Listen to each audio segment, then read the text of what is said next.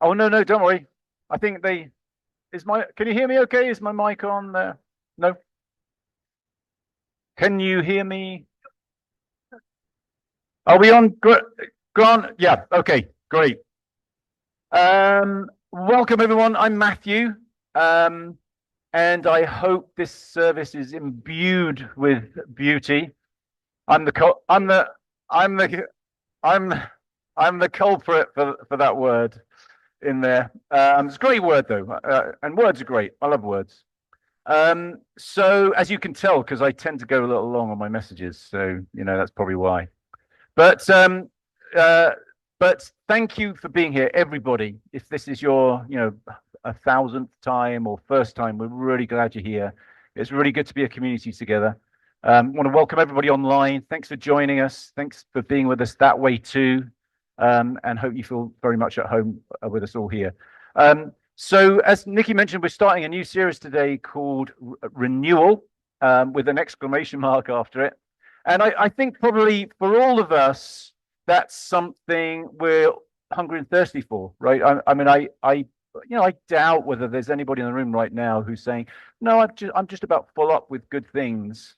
I don't really need much else." I think we could all do with a little bit more, and probably for a lot of us, we could do with a whole lot more. Just freshness, life, vigor, hope, positivity. And it's been, I mean, the world's a difficult place to be alive in right now. I mean, it's great to be alive, but there's struggles, right? And we have our personal struggles, we have national struggles, international struggles. And as a community, also, we've been through some trying times. We've had a lot of change here recently. Change can be difficult. It can also be beautiful, right? And there's some really beautiful things happening in our community as a result of that change, and that's wonderful. So, we're all in need of renewal, I think. So this is something we want to step into and lean into. And today, the focus is on rest and renewal, and the idea that basically it's through rest, or rest at least is one of the ways in which we experience renewal. And we'll talk a little bit about that, and then we're going to have a panel discussion. That's why the chairs are up here, about some practicalities to do with that in our community. So I wanted to sort of start off because last week was Easter. Do you remember that? It seems like ages ago now. Somehow I don't know whether that's the same for you. Certainly feels that way for me. But and we had a really wonderful time together. And we were talking though about how, in one sense, Easter is this sort of very triumphalist, wonderful, positive, victorious celebration of Jesus coming back from the dead. And yet, in the Bible, not just anybody's opinion, but in the Bible, the way the stories are recounted are not really that. They're sort of uncertain. There's a lot of fear, a lot of confusion, and it's not really clear cut. And we talked about how perhaps part of the reason for that, the reason that the resurrection, however it happened, has this sort of non-triumphalist aspect to it. And certainly the way it's passed on to us, the stories are passed on to us through those scriptures. The way the stories are passed on is non-triumphalist. Perhaps actually the reason for that is because if this was all about some great clear-cut triumphant victory and a kind of a climactic ending, then we might actually think we're the bee's knees. We might think that now we're in control, we're the powerful ones, and we're gonna solve all the world's problems, and we'll do that by using power and control, rather than us being invited into what the way of Jesus actually was, which was a way of humility, of love, of sacrifice, and a whole new way of living. And so this quiet revolution, if you like, is an invitation to us to follow. It's a new beginning. It's not an end. It's not a climax. It's a new beginning. And we're invited into that. So we're sort of thinking about renewal in that context, that we want to be renewed and refreshed and invigorated and empowered to live that kind of life. And we're also conscious. So we're in what's called Eastertide now. And Eastertide lasts for 50 days. And it ends with, does anybody know what Eastertide ends with? Pentecost. Yeah, so Pentecost, and that's it's the 50 days is kind of why it's called Pentecost. But we're in this season um, uh, which in some respects is a season of waiting. Jesus said in at the beginning of Acts, after his suffering, he presented himself to them and gave many convincing proofs that he was alive.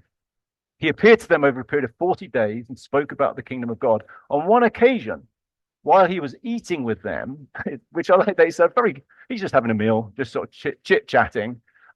He gave them this command: do not leave Jerusalem, but wait for the gift my father promised, which you have heard me speak about. For John baptized with water, but in a few days you will be baptized with the Holy Spirit. And this seems to be Jesus talking about that whole I will be with you always part that we read in last week in Matthew's gospel. That's how it ends. That this mysterious presence of the risen Christ, it empowers us in the here and now to live out that really difficult way of Jesus, this new beginning. And Jesus sort of says, so again, it's sort of not exactly hesitant, but it's sort of waiting for something. It's in a sense of expectancy. They're not just sort of rushing off and defeating the enemy and conquering the world. There's something deeper and more reflective about it. And so for this series, we want to take that posture, this posture of rest and reflection, as we think about the mission and the vision that we have as a community together, which is a beautiful vision. It's a vision of the kingdom of God. If we follow Jesus, we dare to dream of heaven on earth, that this world can be transformed, because God has not given up on anybody, not given up on you or me, not given up on the planet, not given up on any single part of this world that we inhabit. And we embody that hope by living out our vision together. That's what we're about here as a community at Cedar Ridge.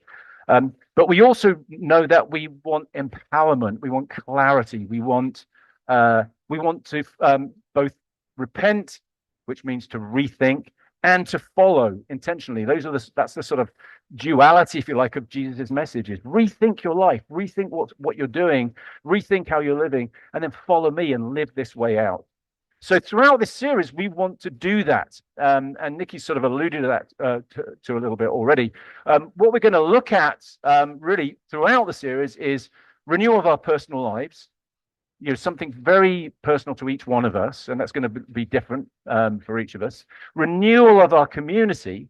So what does it mean to be a community together? We'll touch on that a little bit today, but Nikki's going to be talking about that in a couple of weeks, for a couple of weeks, and the sort of adventure that we're on together as a community in that respect, and renewal of our action in the world. And we could use the term there, justice, because that's something that we're committed to. It's one of our values. And we're conscious that we're on a journey with that, which we've been on that journey for many years.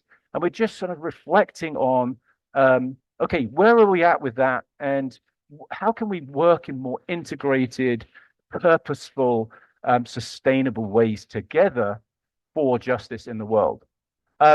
Okay, so let's think about some of these. We'll just break it down a little bit. Nikki mentioned this term already, cultural richness. So as we think about, okay, what's going on in our community? What kind of renewal do we need as a community together? This issue of cultural richness, which again, Nikki will unpack this more as we go through the series, but looking at our journey towards becoming a multicultural community. We have a desire here, and we've been focused on this for several years now, that it's all well and good us talking about justice in the world and looking at lack of inclusivity, lack of belonging in the world. But what about our own community? And we're conscious, for instance, just for one matter, we've been a church from the beginning that has been predominantly led by white people, predominantly by white males like me. And not surprisingly, we're subject to white dominant culture, right? That's just being our reality. And that's not what we don't want our future to be that. We want to live in the way of Jesus, such that everybody can belong, that everybody can have ownership, that everybody, no matter what our cultural background, can find a place to belong here, where we are respected and cherished, as our vision says. And that's a challenge. It's a challenge, but it's a beautiful challenge, and we want to commit ourselves to that there's some really interesting things. Let me just put it like that. That Nick is going to be sharing for us in 2 weeks. So you don't want to miss this series because there's going to be some really, really great things that we'll be wrestling with, we'll be challenged by, and inspired to together. So that's a really important part of what we're going to be looking at over the course of the next few weeks. We also mentioned this issue of justice. So we want that to flow out of actually living what we're talking about. To be a community that's just and inclusive, to be that kind of community, and then that reality flow out into the world. It's a little bit like the issue of we were looking at in the Sermon on the Mount a few years ago.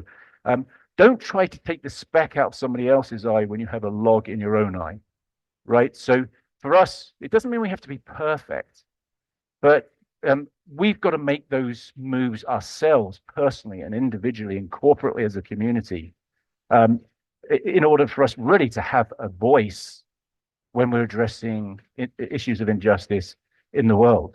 I think that's reasonable, don't you? I think that's a reasonable posture of somebody who's following the teachings of Jesus. Doesn't mean we have to be perfect before we try and do anything, but there's a certain level of integrity about being a people that embody that. And just imagine if we could be a community where all cultures belong, where love presides over everything.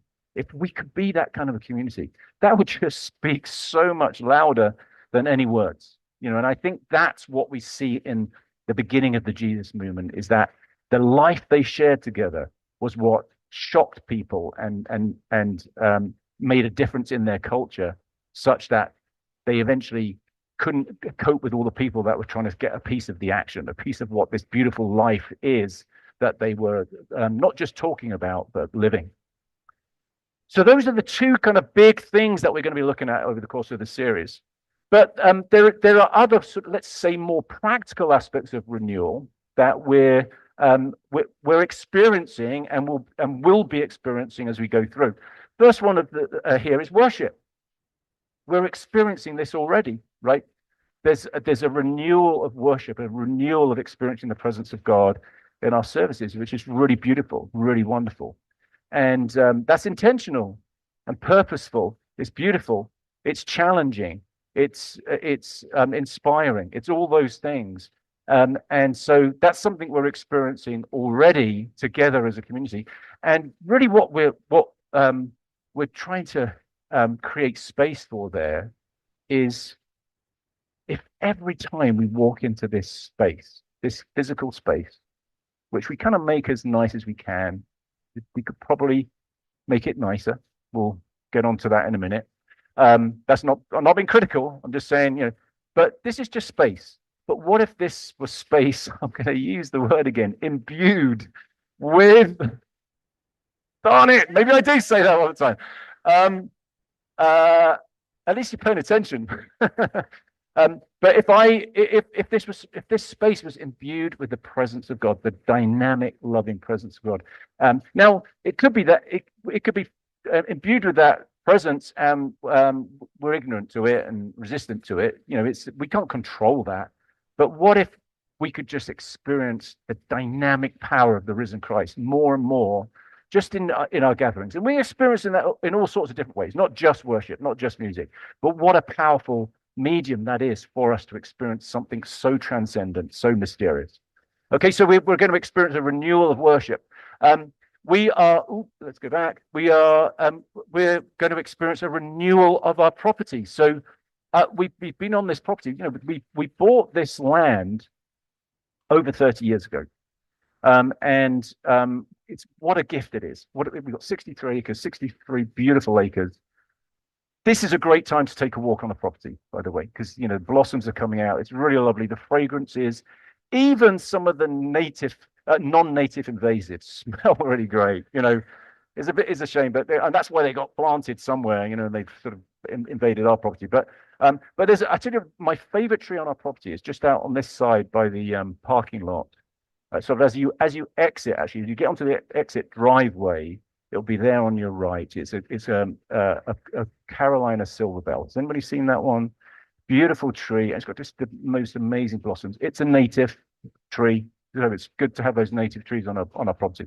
Go and check that one out. Just stand under it. It's like, and when the blossoms are falling, you feel like you're in a snow shower. So we are so fortunate to have this property. That's good news. Even more good news, in June this year, we will pay off our mortgage. Can you imagine? Right. Yeah. You only clap when it comes down to money, don't you? I know. It's like, no. So that is amazing. And so, but really, paying that mortgage off is not about money, it's about people. Because many people have gone before us, many people in this room too have made huge sacrifices to pay off. We're not a ginormous community, right? But we have paid off not only the mortgage on this building, but we've restored a historic barn, a historic farmhouse. We've restored a lot of things as well. It's just incredible that we've done this. It really is miraculous. And so thank you to everybody for your generosity and for your kindness, for your giving.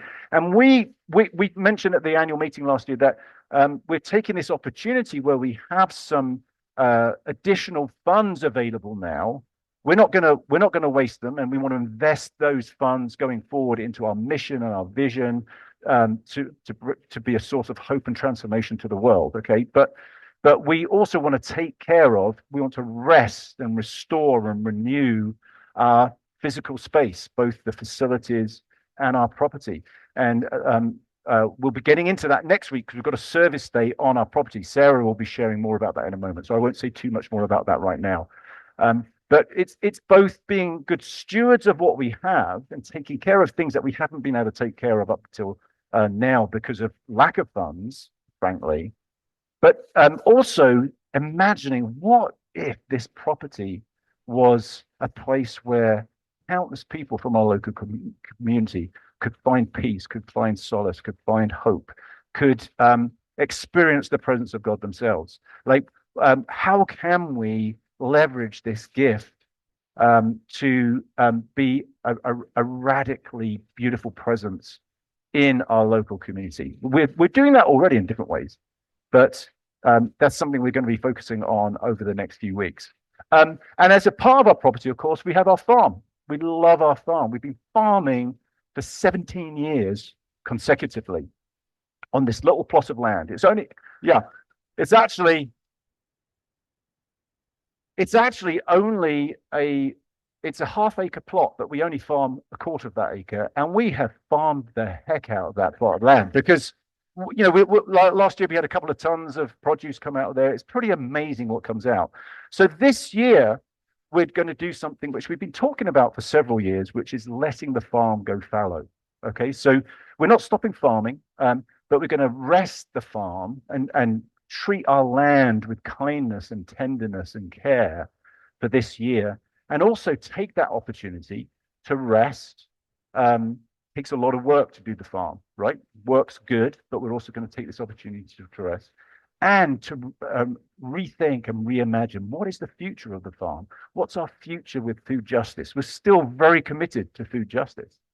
We're still committed to the people that are receiving, have been receiving food for us. And the panel are going to talk a little bit about this in a minute. So again, I won't go too far into that, but that's one aspect of rest. Now, rest, I think, is a challenge for us in many respects, both personally and corporately, because I think in our culture, rest equals laziness sometimes, right?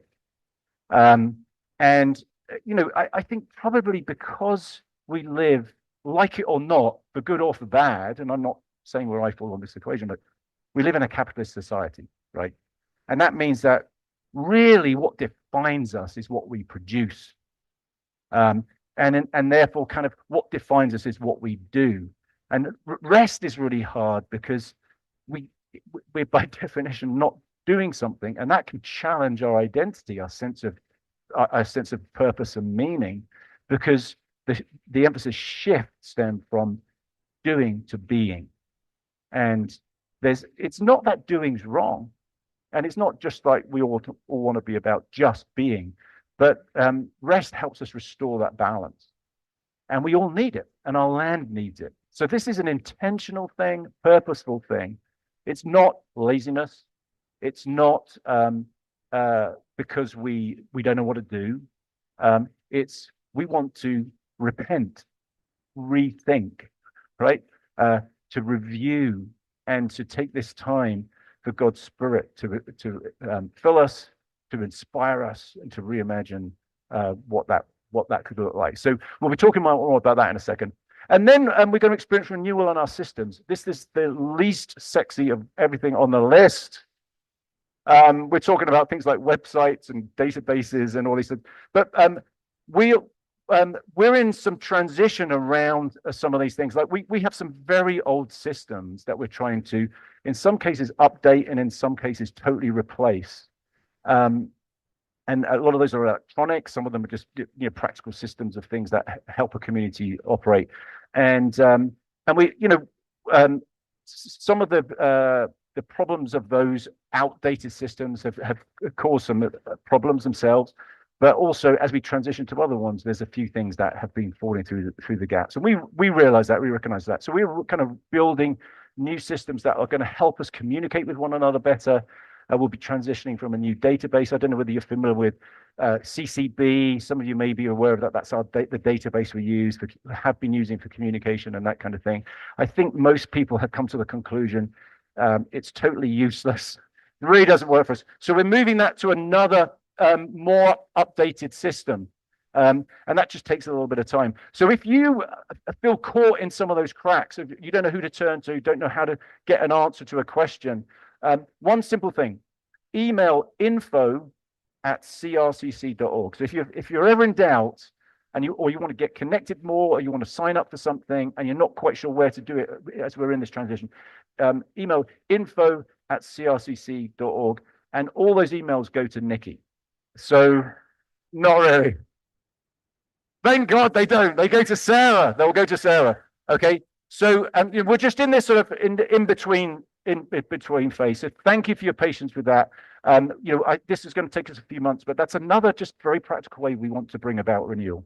Okay, so lots of great things to look forward to during this series. I want to invite you into a place of rest, of rethinking, of openness to God's Spirit, both personally and for us as a community as a whole. And as we go through the series, we'll talk about upcoming opportunities to engage with that, to share your thoughts, to share your what you feel, how you're feeling led. And we'll communicate more about that, over the next couple of weeks. But in the meantime, we're going to just focus a little bit of time on our community farm, and I'm going to invite Nikki, Brianna, Sarah, and Tinika up. Let's give them a big round of applause. They're going to just share with us a little bit about what's going on.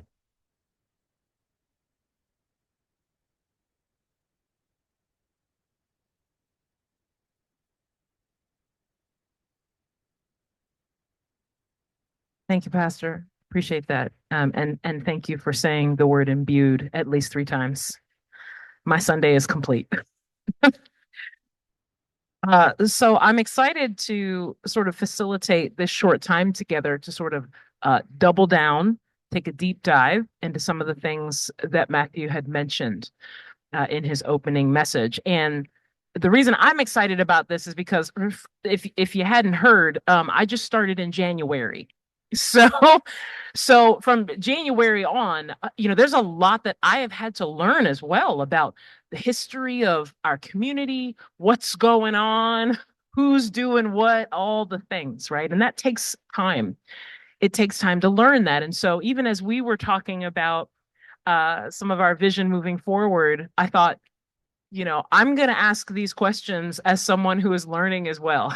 So we thought that would be the best way to do this. One of the scriptures that I'm focusing on during this time of renewal is Galatians chapter 6, verses 9 and 10. And it says this: "So let's not get tired of doing what is good. At just the right time, we will reap a harvest of blessing if we don't give up. Therefore, whenever we have the opportunity, we should do good to everyone, especially to those in the family of faith." I thought that was a really interesting scripture. That's Galatians chapter 6, verses 9 and 10. And so we are in a season of renewal. We're not just going into it, we're in it. And we've been in it in a sense, right? So we are in it. Renewal is inviting us to a period of spiritual growth, healthy growth as a community, all the things that Matthew had mentioned. And we are willing to rest. And for some of us in the community, that will actually be the work, is to figure out, are we willing to rest? Right? Some of you know it takes you about 2 or 3 days once you get on vacation to slow your brain down. Some of you know you could be on vacation for a week and you come home and you're like, I'm ready for my vacation, right? Or I'm ready for some rest. So, as you are preparing to figure out what rest means for you individually, it's really okay if it takes you a minute to work through that and to figure out what that means. That's all part of the process. All right. So, first, I want you to introduce yourselves. If you could just say your name and what you have your hands into here at Cedar Ridge. Good morning, everybody. Can you hear me? Okay. I'm Brianna Teller, and now I'm the director of Cedar Ridge Kids. So I mostly work doing kid stuff. Oh, thank you, Rocky. But I've also been a member of this church for about 18 years, on and off. We lived in Florida briefly. And today, as we started talking about the farm, it kind of came up like the other thing that I've really been involved with here at Cedar Ridge is the farm team. I about 6 years ago was, or maybe 5 years ago, was the farm assistant, and I was helping out on the property. The farm required a lot of work, and so we need somebody who can be out here more regularly tending to it. And so often when we were having these discussions, I was the one would pop up about the farm because I realized I've been doing it a lot. So Cool. Hey, good morning. My name's Tika. I have been coming to Cedar Ridge. Steve and I did the math for almost 30 years, which feels strange because I feel like I'm 20. Because you're only 25. But I'm I not. don't know how that, I don't, the math be mathing. I like The it. math is mathing. And oh, thank you.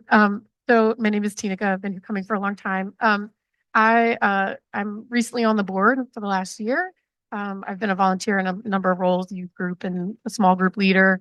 But my engagement with the farm has been definitely in the dirt and working alongside the farm team, but for the most part, working on the external piece of the farm, which is getting our fruit and veggies out to the community for the people in need that are facing food insecurity. So we'll talk about that a little bit. I'm Sarah House. I'm the new director of operations here. Thanks. Yes. I've been a member for a little over 9 years, and I feel in many ways I was kind of on the periphery of activity for those 9 years, because I'm a workaholic. So now that I work for the church, let's just say that energy is now going into the space a little more. But I think my hands are kind of in everything right now. And you may have seen some small changes that have already started, but I got to tell you, behind the scenes, it's a lot that has happened. And that's what I hope, is that slowly you don't even notice what I do. I will be just a quiet behind the scenes person because everything will be fixed. You'll have clear communication. It will be, you walk in and you feel comfortable and welcome. And that's my goal, is that we get to this space of just more than acceptance, it's of home. And that's what I want for us here. I love that. Thanks. All right. So there are two things that we're going to focus on in this section. And you might leave here today and think, oh, they didn't talk about this, or what about this? That's how you're going to feel. So I'm just preparing your mind there for now. Okay. So we don't have time to talk about everything, but we are going to focus on two things. One is the importance of resting the farm. And the second is the importance of renewing the property. All right. So that's where our focus is going to be this morning. All right. So, Brianna, let me start with you. Can you give us a sense of why does the physical land need resting? And talk to us like somebody, like for me, I've never worked on a farm in my life. or anybody that's ever worked in the ground. Like I've got other gifts. That's what I tell them. I got other gifts. You have a brown thumb. Huh? You have a brown thumb instead of a green thumb. Absolutely. Yes. So can you let us know, why does a piece of land need physical rest? So in order to do that, I kind of wanted, and Nikki is always really good at making remember that some of you haven't been here for 17, 18, 30 years. So I wanted to take us back a little bit and talk kind of about how the farm came to be and what has gone into the farm and what kind of things we did on the farm. So if you'll see, we pulled up some pictures. We took an emotional journey on Google Photos and pulled pictures. Most of these, I think some people are adults now in grad school or have babies in the back. And so about 18 years ago, 17 years ago, we came together and you wanted to use our property to be of service to our community. And one of the things we realized is that we had a space to grow food and provide that food to people in our community who may or may not otherwise have access to it. And so that process was much more intricate than I'm giving it justice to. But right now, so we came together and we broke ground 17 years ago and created a farm. And over the years, it took us a while to get it. Not very many of us had done that before. And so it took us a while to get into it. And we've learned over the years all the different things we can grow, what grows well, tomatoes, what doesn't grow well. I think we tried to do watermelons one year and it just didn't happen. We've spent so much time and effort. And I was thinking as I was coming up here, I was kind of being more business about it. I was trying to think about, we've done a lot because it's been very important to our mission and I wanted to give information. But I think the other thing I really want to, the thing I really wanted to share is like within the process of making the farm, it's also been a really big space of community building here at the church. And if you haven't been out there, or maybe you're involved in a different area, spending time with the people around us and that space has been really also a space of growth for our community. And so I think as we've evolved, we've put all this energy into this space and it does have so much meaning. I mean, we'll get emotional talking about how that farm has not just served the community, but served me and my faith. In the grief I've had, I've worked it out in the farm, or I've talked to friends about what was going on with me that week in the farm. And so it's a beautiful space. It's really amazing. And these pictures are just bringing it right back.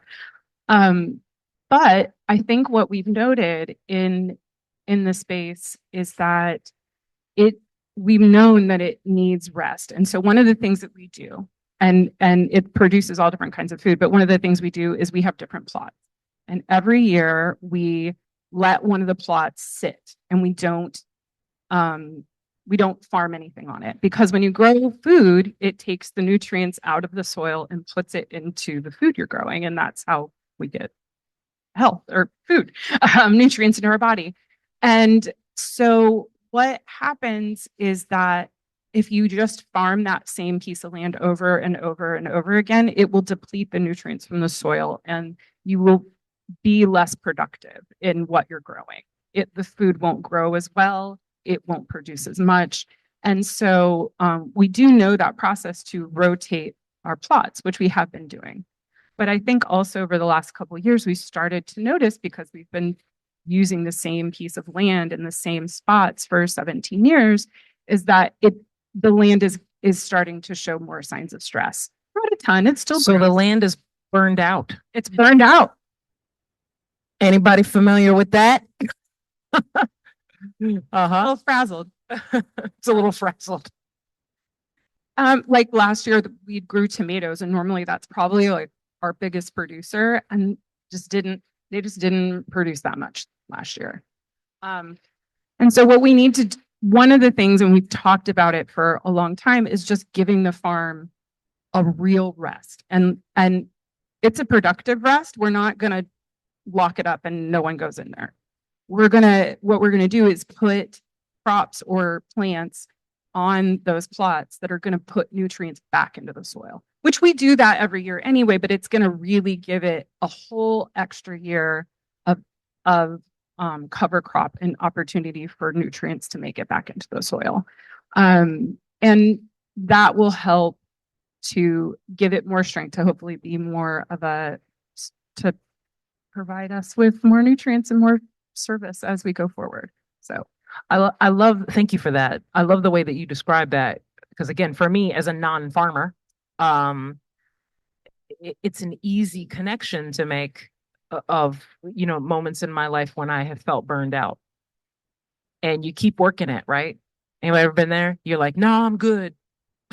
Just keep working it, keep working it, keep working it, thinking that something amazing and refreshing is going to show up out of what literally just needs not only just a rest, but a recovery is what I'm hearing from you in planting these new plants. It's part of the recovery process of that land. Right, exactly. Yeah, it gives it's not just rest for the sake of doing nothing. It is an active process of putting back in. And that's it really does need it. As we do, we'll move on to the property and some of the other aspects of that, but that is really essential for if we want to continue using that space for that purpose. It needs a renewal. It needs the active restoration. That's beautiful. Thank you for sharing that. Our farm has been a very tangible way and is a very tangible way that our church has connected to this idea of food justice, really being committed to saying, what can our church do? What can this land do to meet the needs of our local community around us? Is very tangible, right? If we can hand something to someone or help give food to one of our partners, whatever that is, it's very tangible. And so, Tinika, can you tell us a bit about our church's commitment to food justice? Give us a little history and all the whatever else you want to share. You've got the floor. You've got the floor. I know I have to organize my thoughts every time. So if I read, bear with me because I can sometimes ramble. And we have a long history of serving our community. Cedar Ridge has always been a place, as long as I've been here, where we really care for our neighbors. And there's been a number of projects where we've done so, but I'm going to kind of focus on our history with the farm in particular. Excuse me, because I think here at Cedar Ridge, Matthew kind of gave me this line that we share a fundamental belief that everybody deserves nutritious food, access to nutritious food. And we know based on things we've learned over the years, and of course, being out in the world, that that's not the case for everybody. And so that was our goal when Brianna said in 2008 that we broke ground and wanted to use this property to be able to feed our neighbors. And then I did want to say just a little bit, when I think of the farm myself personally, I went on a journey going back over these pictures where I have brown hair and little kids who are now in college and law school, that this has been a place of nourishment, I think. And I think it in a couple ways, kind of nourishment for the people who are facing food insecurity very practically, but also nourishment for us as we're in the ground, partnering with nature, seeing a little tiny seed turn into tomatoes or zucchini that are going to feed people. I think it's nourishment for our community that we're able to work alongside, like Brianna mentioned, being out on the farm on a Thursday night and being able to talk and commune with other people in the community. And then I think nourishment for our land too, that we're tending and being intentional stewards of the land here. I think that's what I keep thinking, this theme of nourishment. And I think that goes along with the sense of renewal too. In our history, we've partnered with a number of organizations in order to get our harvest out into the community. We've shared about this many times before, but if you're new here, we've partnered mostly with an organization called Manna Food, based here in Montgomery County. You may have remembered my friend Jenna, who's one of the directors there, has been up front and told us a little bit about some of the needs of the community and how they're working in food justice. And then we've learned a lot from them, I myself included, and our community included, about what food justice really means and kind of what the challenges are. So I am going to talk a little bit about our challenges too in our history about how we've addressed food justice. One of the things we've learned, I think, mostly from MANA and our work in the community is the historical context, the disparities, the institutional systems that have kind of set up a difficult journey for people to access food equitably, learning a little bit more about advocacy in the community. But our work has mostly been giving food directly to people. And so we're kind of doing more direct food relief. And maybe that piece, that kind of justice piece, has been a little bit of a struggle for us.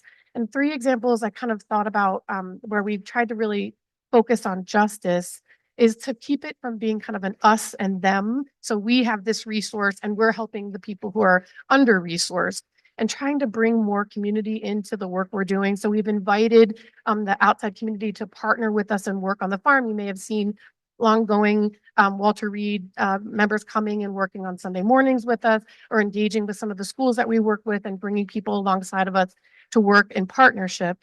Also, I don't know if you remember, if you were here back in 2013, we hosted a farmer's market here on the property. It lasted for about 2 years. It was a really cool project, but we didn't have the sustainability for it. But one of the things we did as a community was invest in the farmer's market so that people who were on SNAP or the Supplemental Nutrition Assistance Program or WIC were able to double their dollars when they came to the farmer's market. And so instead of making the choices of more processed foods or things that were a little cheaper, their money was doubled and they were able to have access to fresh produce directly from the farms. And then a third thing I thought about was we've changed our model a little bit in terms, COVID impacts us in how we could get our food out to people because there was a barrier in terms of just being in the middle of a global pandemic. But one of the shifts we saw, and we kind of modeled this after learning from MANA, was that instead of just kind of dropping off food and there wasn't really a relational component, we switched, we did that as well, but we also switched to doing pop-up markets where we had a choice market, similar to the way MANA does, where recipients have agency and choice. They could talk to us a little bit about how they were going to use the food. We could tell them about this was just harvested and pulled out of the ground on Thursday, and now you're able to eat it on Saturday. They were actually, recipients were able to tell us what recipes they were using and teach us. And then they were also able to take food to their neighbors and friends, invite more people to engage. So we've kind of tried to shift in terms of our focus, just kind of giving food and having it being very transactional, but really bring the community in partnership with us, which has been a challenge. That's a hard road to balance. One of the things I was telling Brianna this morning, just to put it in context, for us, the farm feels huge. I think 3,000 to 4,000 pounds every growing season. That sounds like a lot of food, but MANA, just to put things in context, gives 12,000 pounds of food away every day. And so we are doing really good work, and we've worked really hard to work this amazing little piece of land, but it's also this is a heavy, big issue. So. That's fantastic. Thank you. Yeah. Thank you for that. Some of what we were discussing, we were having this conversation maybe a few weeks ago, Sarah, when we were talking about the farm. And Sarah's been thinking a lot about this too, as well as a team of other people. And she said something at a meeting where I was like, I have never heard that. That is really, really insightful. And I wanted to make sure that she shared it with you today. And then I want to transition with you, Sarah, into the property management. But you have an insight around our farm and accessibility. Can you share a bit about that? This has actually been core to my work from the very beginning when I joined in January of we are not an accessible space. All right, we're ADA compliant, sure. We have to be legally, but we are not accessible. The farm is really restrictive. You have to be able to lift and you have to carry, squat, to reach, to do things like that. That's not a way to be really inclusive of our work and our service. So if our entire identity is around farming, you've just cut off access to a lot of people. So while it's wonderful that we have been able to address food justice and such, we're not including our own community in that.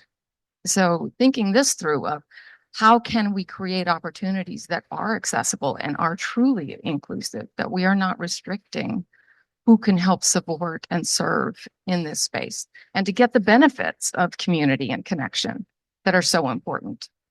And so farm sangria night is great, but yeah, I'm driving kids to climbing on Friday nights, and also I don't like wine. I'm sorry. I know that really disappointed Matthew. He can't give me gifts of bottles of wine, but trying to make sure we still continue opportunities for connection, but without the restrictions of that accessibility piece. So, and that's the beauty of our property, I think. Yeah, I mean, this property is extraordinary. I thank God every time I drive onto this property. It's so extraordinary. And in fact, before we go to the property, because I thought you all would appreciate the story, uh, Easter last week, I had a friend of mine come to help us play music, and he was our bass player. His name is Big Pep, and you're like, of course it is. All right, if you saw Big Pep. But Pep is you wouldn't know this about him, but he's like a nature guy. Like he's an outdoorsy, he's a fisherman. He's like let's go hunt some deer, whatever it is, right? Like that's Pep. He's an outdoors guy. And this is the first time that he had come to church. I've known Pep for years. And he came in here and he was talking to Matthew and I and just said, wow, like look at all this land.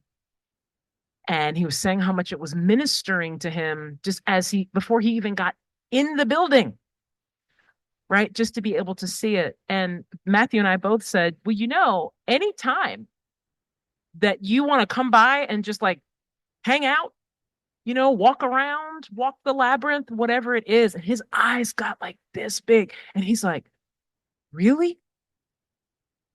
And you and I were kind of like, well, yeah, like, of course. But do you know how powerful that is for people that don't have that access where they are, or maybe where they live or whatever? Now, Pep lives out in the country somewhere. So, but just to be able to come to a community to know that something like this is here. This is part of the expansion of really dreaming and saying, how might we expand how we use our community for people as well? So I thought you guys would appreciate that story from a new person coming in. I want to transition into the importance of renewing our property inside in particular, but also setting us up for our Inside Out Day next Sunday, which will be our church's work day. So I'm going to turn this over to Sarah. Sarah, tell us, can you speak to us? What is the vision for renewing our property? Well, first, maintain. We have historical buildings. You've heard Ginger speak a lot up here about making sure we're in compliance with the county. It's a big thing. If you have ever had to work with Montgomery County government before, this is not an easy process. So kudos to Ginger for making that. Thank you, Ginger. We have the shed. That I think there's a picture up here. I love the picture that's got the little kids' drawings on it. But right now, honestly, there's a cross full of nails leaning against it. Is this the first vision of our church and property that we want people to have? Okay, think on that. So, you know what I want to call it, right? I know. I'm not going to say. I can't say it. No, don't say it. Okay. But we want to make sure, again, this is a welcoming space. My first 2 weeks here, I don't know if y'all remember when I started in January, Matthew was in England supporting his family. And so I just walked around the space, the buildings, the property, everywhere. And I wrote down my thoughts. And I created, you don't want to know how long this document is. It's probably 36 pages now. I think you're underestimating how long that was. That might be. And it also turned into a spreadsheet that has about 16 tabs. But there's a lot of possibility. And this is why I selected a lot of the pictures here. So these are past and present of our property. And the time that we have had, nature takes over. And so we have to maintain. We have to be vigilant in the care of the buildings and the grounds and the trees and the plants and all those invasives coming in and clearing it out. Our stormwater management system, all the non-sexy stuff, that's my job. But it takes time. It takes energy. people and money. So these are things that we have to work together on, because as much of a workaholic as I am, I cannot do it all. So I was actually talking to my husband recently about this, of I have got to be better about engaging others in the process. And so that's what April 19th is all about, is you're going to get to see one of the 16 tabs on my spreadsheet. All right. I'm going to post it on the website. I'm serious about this. I'm working on it. And you're going to see the wish list. And April 19th is just a taste. It's to give us some ownership over our buildings and the grounds. And it's to let you see firsthand what needs to be done and what you can do. And what just, it's only going to be an hour and a half of work. Let me tell you that too. Okay, so we're blocked 10 to 1, but I know us. We're not going to actually get going until 10:30. Okay, you got your coffee and bagels. But you got to chit chat. And then, you know, by 10:30, we might be in our spaces, making cards that are going to go to nursing homes for birthdays for older adults who don't have family around to support them. We're going to be scrubbing the playground. Have you seen it lately? Okay. If you haven't, take a walk. It's covered in mold. We have a preschool who rents our space during the week. They're on that playground every day when the weather's good. It's not a good way to share a space with our community and with others. That's the current state right now. I tried to get some pictures. You see this? So posted on the sign up for the April 19th is a wish list. And I'm still trying to add things in as I think of them. It's a wish list of supplies we're going to need. We need buckets. We need scrubbers. It's not just hands. You know, we need the physical items to get this done. So bring yours from home. That's a big thing that's going to be on this list, is bring your tools. Anything you would use that you want to do here, bring it with you to help out. The other thing we're going to do is we're going to end with a meal. So it's not just your work.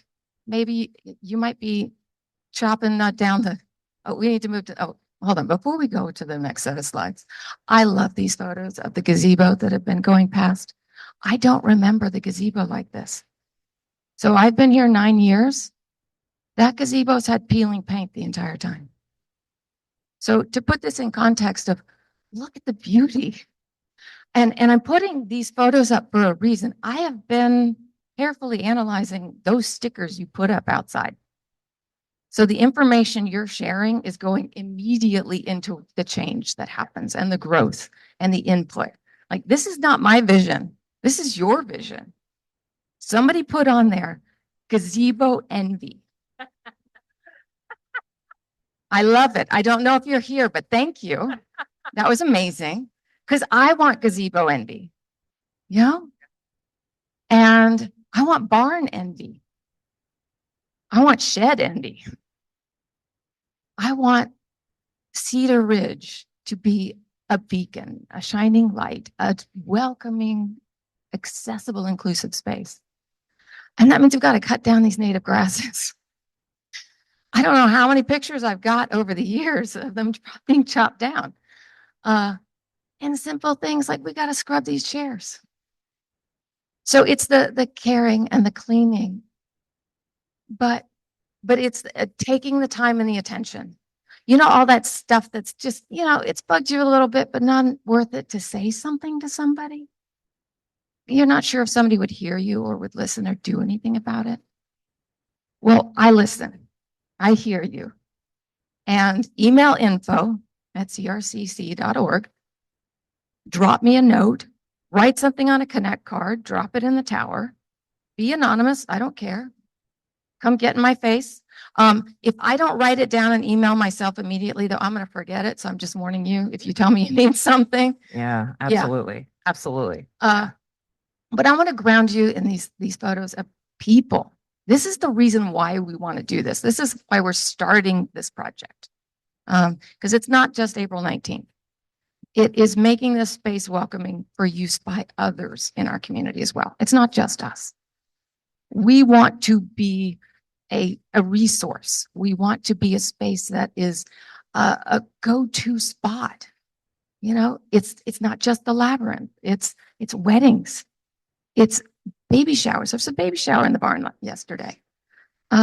It's memorial services and funerals. It's the high points and the low points of every person's life is embodied in the space. So let's make it something we can be proud of. That's what I want.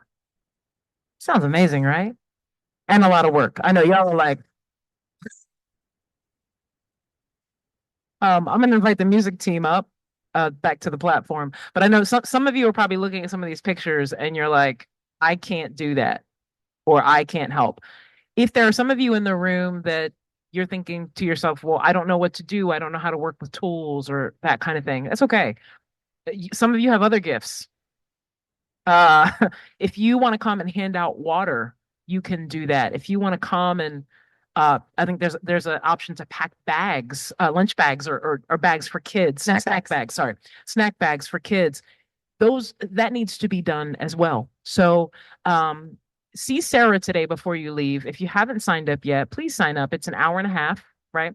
It's an hour and a half work. We're going to gather together in here, and then we're going to sort of disperse and have a good day that ends with a meal. So thank you all so much for sharing this with us. I will dismiss you and invite Pastor Matthew back up. Thank you.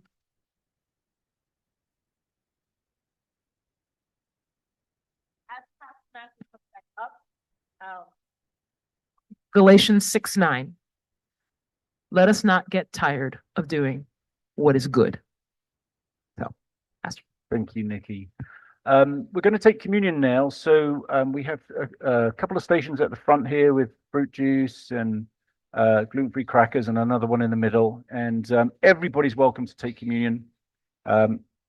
If you just want to experience more of God's presence in your life, this is a great way to participate in that. So you could gather around the tables and drink together with other people, or just take a little cup and a cracker and sit down again.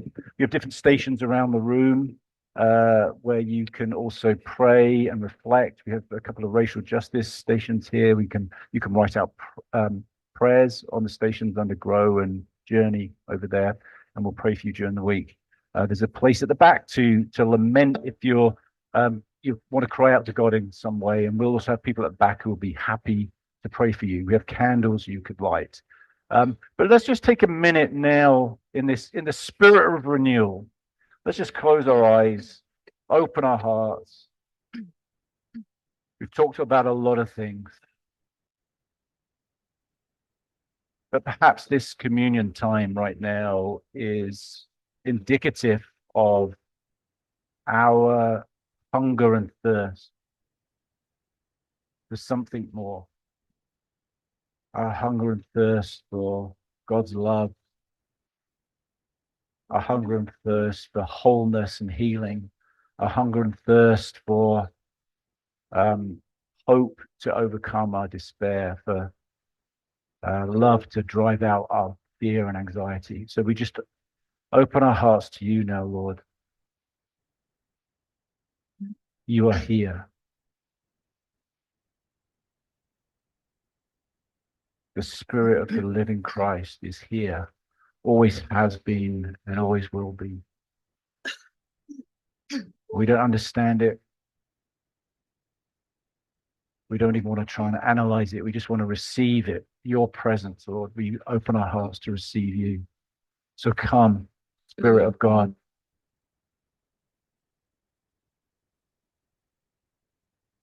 Fill us.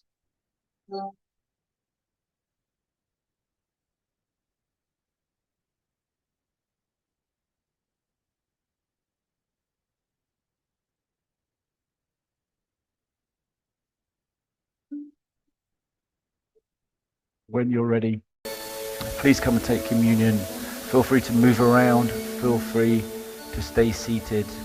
Whatever feels appropriate for you right now is the right thing.